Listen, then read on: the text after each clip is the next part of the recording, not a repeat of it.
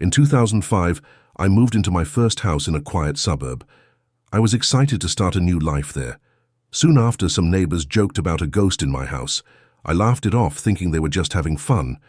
I even joked back, saying I had seen a ghost too. But over time, more neighbors talked about it. I became curious and asked an older neighbor I trusted. She told me the last owner left suddenly. He said strange things happened. Footsteps at night, quiet crying, and a shadowy figure in the dining room with wounds all over.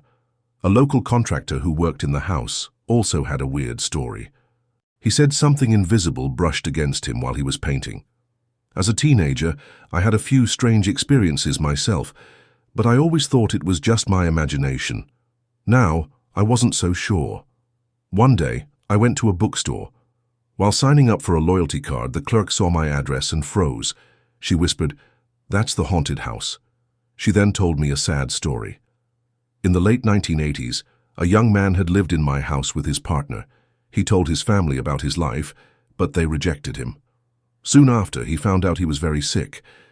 In those days, that illness had a big social stigma. Heartbroken and alone, he sat at the dining table, ate a simple meal, and ended his life. The bookstore clerk said that ever since, strange things happened at her store too. Books would fall or float in the air for a second. At my home, I began to hear odd sounds at night. I heard soft crying from the dining room and the sound of grains being poured like cereal, though I didn't own any.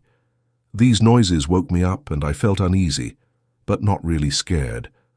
My mother used to say, "Spirits stay behind when they need help. Show them kindness and pray for them."